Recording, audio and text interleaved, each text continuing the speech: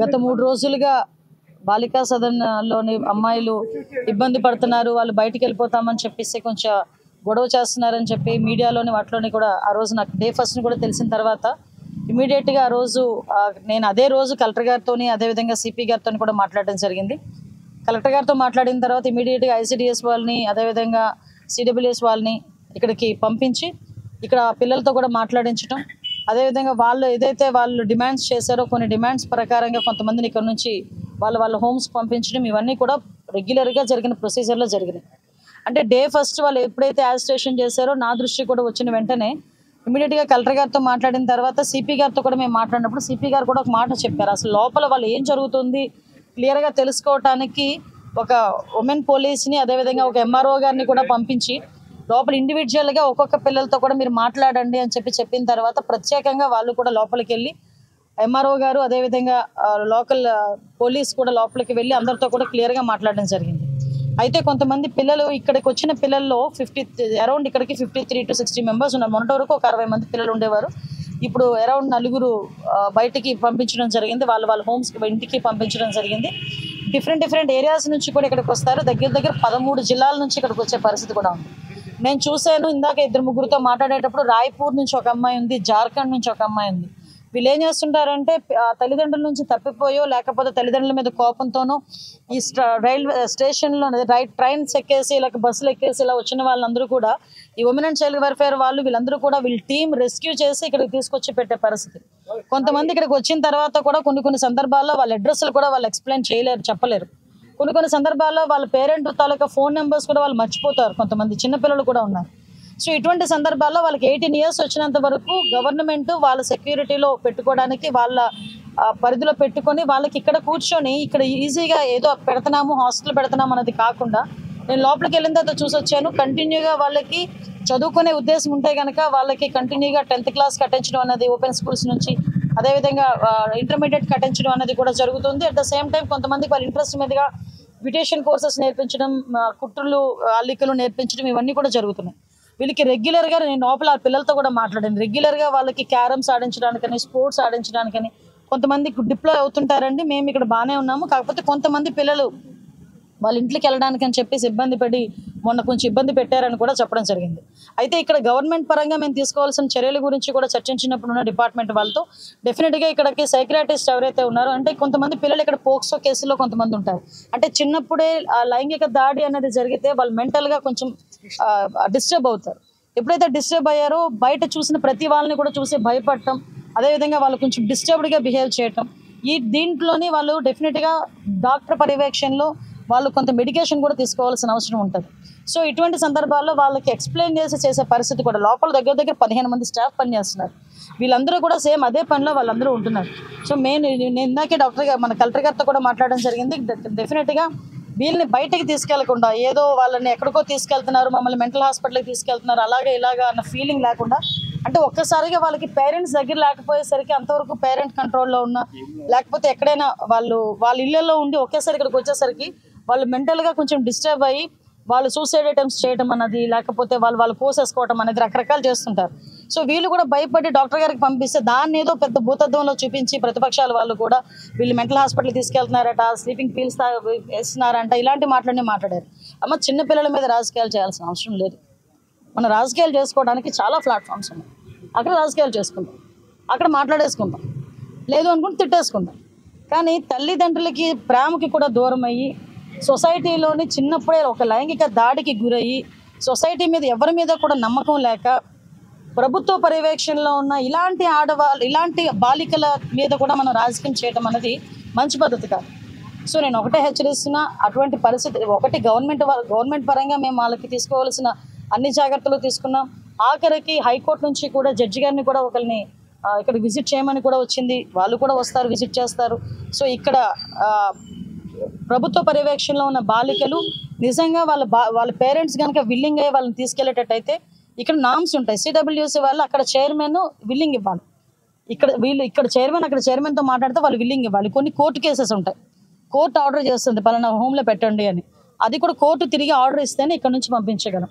అలా సో ఇటువంటి సిచ్యువేషన్స్లో వాళ్ళు అడిగిన వెంటనే మేము పంపించే పరిస్థితి ఉండదు. ఎందుకంటే బాలికల సంరక్షణ అనేది ప్రభుత్వ ధ్యేయం. ఆ బాలికల సంరక్షణ విషయంలో బాలికలు కూడా తిరిగి గట్టిగా మాట్లాడినా మేము వెళ్ళిపోతామని చెప్పినా కూడా అక్కడ వాళ్ళు వెళ్ళిన తర్వాత వాళ్ళకి సరైన సదుపాయం ఉండకపోయినా వాళ్ళకి ప్రాబ్లం ఉంటుంది అని గవర్నమెంట్ కానీ సిడబ్ల్యూసీ వాళ్ళు కానీ మాకు రిపోర్ట్ ఇస్తే పంపించే పరిస్థితి కూడా ఉండదు. కాబట్టి ఇవన్నీ కూడా అర్థం చేసుకోండి. ఎక్కడ కూడా ఎటువంటి ఇబ్బంది లేకుండా చూసుకునే బాధ్యత గవర్నమెంట్ తీసుకుంటుంది. దీన్ని కూడా రాజకీయం చేయొద్దని మాత్రం కోరుకుంటున్నాం. ఎందుకంటే రాజకీయం చేయడానికి కూడా మనకి మనస్కరించాలి. ఆ లోపల పిల్లలు చూస్తే మనసు తరుక్కుపోయింది. నిన్న 18 సంవత్సరాల్లో అందరూ 18 సంవత్సరాల లోపు పిల్లలు అక్కడ ఉన్న వాళ్ళందరూ ఒక్కొక్కరిది ఒక్కొక్క గాథ. వాళ్ళ మీద రాజకీయాలు దేనికండి? వీలైతే సాయం చేద్దాం, సపోర్టివ్గా నిలబడదాం.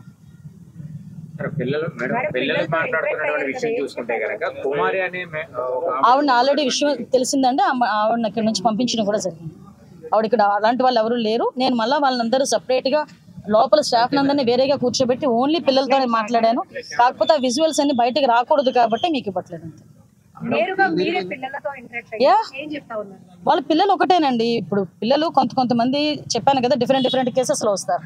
కొంతమంది పేరెంట్స్ సపోర్ట్ ఉండదు, కొంతమంది పేరెంట్స్ కావాలని అక్కడ అంటే బయటకు పెడితే వీళ్ళు ఏమైనా ఇబ్బంది పడతారేమో అని చెప్పి కొంతమంది పేరెంట్సే దగ్గర నుండి వీళ్ళని హోమ్లో జాయిన్ చేసే పరిస్థితి. కొన్ని కేసెస్లో పోక్సో కేసెస్లు, ఒక్కొక్కరిది ఒక్కొక్క బాధ. నిజంగా కడుపు తరుక్కుపోయిందండి. కొన్ని సందర్భాల్లో పేరెంట్స్ కూడా రెస్పాండ్ అవ్వట్లేదు.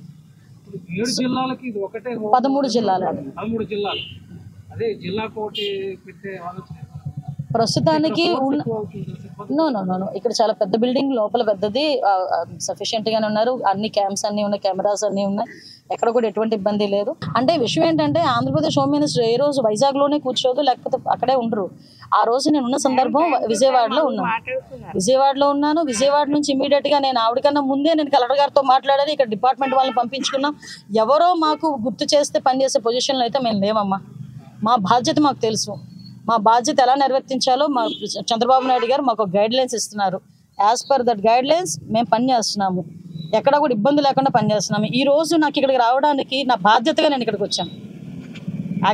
ఎస్పెషల్లీ ఒక 50-60 మంది ఆడపిల్లలు ఉన్నారు. వాళ్ళ బాధ్యతగా వాళ్ళు ఏం జరుగుతుందో తెలుసుకోవాలనే ఉద్దేశంతో వచ్చాను. ఇష్యూ షార్ట్అవుట్ అయిపోయింది, అది మీకు తెలుసు. 5 అల్లరి చేశారు, ఒకరు కోర్టు కేసు, 4 ఇంటికి పంపించాం. చేతులు దులిపించుకోవచ్చు కదా, మేము చేతులు దులుపుకోలేదే. మళ్ళీ అసలు ఇక్కడ ఏం జరిగింది, ఏం జరగబోతుంది, మళ్ళీ ఫర్దర్గా ఎటువంటి ప్రాబ్లం రాకుండా చూసుకోవాలని చూసుకున్నాం. నిజంగా రెడ్ బుక్ అని మాట్లాడుతున్నారు. మేము నిజంగా కనుక రెడ్ బుక్ పరిస్థితే అంటే వాళ్ళు లాస్ట్ 5 సంవత్సరాల్లో చేసిన సిచ్యువేషన్లోనే మేము చేయాలి అనుకుంటే కనుక ఈరోజు రోడ్ల మీదకి వచ్చి 6 నెలలకే మాట్లాడతారు వాళ్ళు బయటకు వచ్చి? ఒకసారి మీరే ఆలోచించండి. అసలు యాక్చువల్గా మేము బయటకు వచ్చినప్పుడు లాస్ట్ 5 years వాళ్ళు అధికారంలో ఉండేటప్పుడు పసుపు చొక్కా బయటకు వేసుకొస్తే కేసులు పెట్టారు, నా మీద అట్రాసిటీ కేసులు పెట్టారు. వీళ్ళు ఈరోజు ఏమో లా అండ్ ఆర్డర్ల గురించినో వీటి గురించి మాట్లాడుతున్నారు. ఈరోజు మీకు ఇంకొక విషయం చెప్పాలి. ఇక్కడ బాధ్యత కలిగిన హోమ్ మినిస్టర్గా నేను ఒక మాట చెప్పాలి.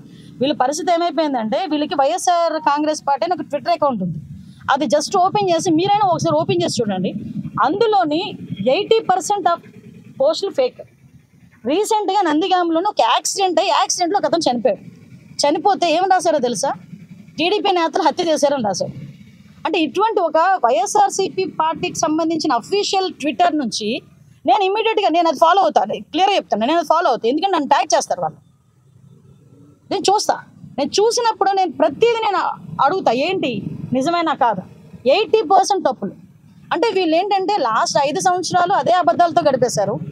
ఇప్పుడు కూడా అదే పొజిషన్, వాళ్ళకి 11 సీట్స్ వచ్చిన పొజిషన్లో కూడా ఈ రోజుకి కూడా ప్రతి చిన్న విషయాన్ని కూడా రాజకీయ కోణంలో ఆలోచించి దాన్ని భూతత్వంలో చూపించి చాలా పెద్దదిగా క్రియేట్ చేసి జనాలు మభ్య పెట్టాలని చూస్తున్నారు. దయచేసి ప్రజలు కూడా అవగాహన ఉంది, ప్రజలు కూడా చదువుకున్నారు, సోషల్ మీడియాలో కూడా చాలా యాక్టివ్గా ఉన్నారు అందరూ కూడా. సో ప్రతి ఒక్కటి కూడా ప్రజలకు చెప్పాల్సిన బాధ్యత ఉంది కాబట్టి మేము చెప్తున్నాం. మేడం, సెంట్రల్ జైలుకి సంబంధించి కేసులు నడుస్తుంది, అది అయిందా? ఎక్కడ వరకు దానికి కేసు నడుస్తుందండి, ఎంక్వైరీ రిపోర్ట్ ఇస్తారు. ఆల్రెడీ మేము సస్పెండ్ చేశారు, ఇంకా లోపలికి ఎంక్వైరీ జరుగుతుంది. సిపి గారికి కూడా మనం కూడా చెప్పాను, ఒక రోజు వెళ్ళి ఒకసారి మొత్తం చెక్ చేయండి అని చెప్పాను. ఇది ఒకటే కాదండి, ఆల్ సెంట్రల్ జైల్స్ అన్ని కూడా ప్రక్షాళన చేస్తాం.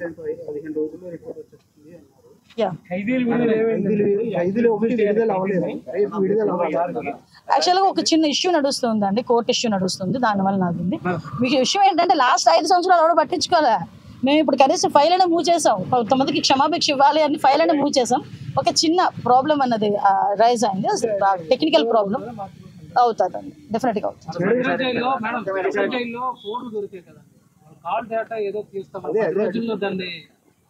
కొన్ని మాకు కూడా కొన్ని కాదండి, కొన్ని మాకు కూడా ప్రైవసీ యాంగిల్స్ ఉంటాయి. కొన్ని అన్ని కూడా ఓపెన్ గా ప్రెస్ ముందు చెప్పలేం కదా. ప్రెస్ ముందు చెప్పే రోజు వచ్చినప్పుడు డెఫినెట్ గా మాట్లాడతాం. డిపార్ట్మెంట్ కాదు, టెలిఫోన్ అన్ని all departments, especially all departments. Wait అది అతను అడిగారు ఏదో క్వశ్చన్, అది సమాధానం చెప్పలేండి. మీ ఒక్కరికే సమాధానం చెప్పాలంటే మన ఇద్దరం తర్వాత మనం తీసుకుంటాం. మీరు అడిగారు యాక్చువల్గా ఆ కాల్ రికార్డ్స్ ఎక్కడి నుంచి వచ్చినాయి, ఏ ఫోన్ నుంచి వచ్చినాయి, ఇవన్నీ కూడా డేటా కలెక్ట్ చేస్తున్నారు. ఇవన్నీ కూడా కూలంకషంగా మాకు అన్ని నిర్ధారణ అయిన తర్వాత అప్పుడు డిపార్ట్మెంట్ వాళ్ళు వచ్చి కూర్చొని మాట్లాడతారు.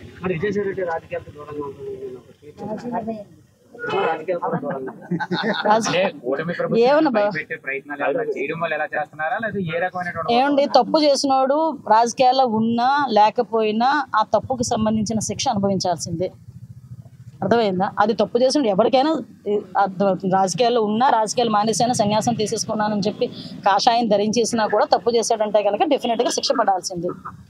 మరి అతని సొంత విషయం అంటున్నారు, లేకపోతే ఏ అర్ధరాత్రో గొడ్డలు ఏమైనా కల్లోకి వచ్చిందో, లేకపోతే ఏదైనా ఇంటెలిజెన్స్ రిపోర్ట్స్ ఏమైనా వెళ్ళినాయో, నెక్స్ట్ టార్గెట్లని ఏమైనా వెళ్ళినాయో ఏంటో ఆయనకి తెలియాలి, మనకు తెలియదు.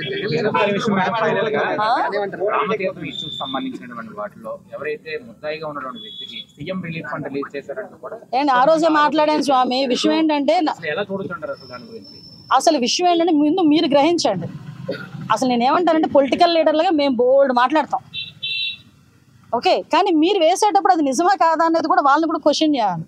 నేను విజయనగరంలో ప్రెస్ మీట్ పెట్టినప్పుడు కూడా చెప్పా, అతను ముద్దాయి కాదు, విట్నెస్.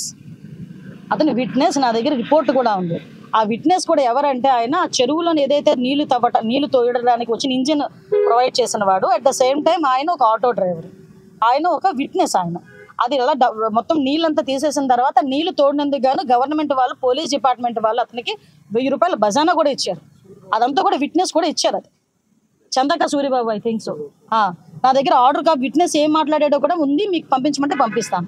అంటే ఇన్ని సంవత్సరాలు రాజకీయం చేసి, మంత్రులు చేసి, పార్టీ అధ్యక్షులు చేసిన ఆయనకి కూడా ఒక ముద్దాయికి, విట్నెస్కి, అది సాక్షికి తేడా లేకపోవడం అన్నది, తేడా తెలియకపోవడం అనేది దౌర్భాగ్యం. పోనీ నేను అంటాను, విట్నెస్ ముద్దాయో అతనికి ఏదో చనిపోయే పరిస్థితుల్లోకి వచ్చేసాడు, అటువంటి సమయంలో సీఎం రిలీఫ్ ఫండ్ నుంచి ఒక 5 లక్షలు ఇచ్చాం. తప్పేంటి? హ్యుమానిటీ బేసిస్ మీద ఆలోచించవచ్చు కదా. నీ లక్షల కోట్లు దోచేసుకున్న వాడినేమో కూర్చోబెట్టుకుని సీఎం అని చేసుకుని లాస్ట్ 5 సంవత్సరాలు రాష్ట్రాన్ని మొత్తం దోచేసి పడేశారు.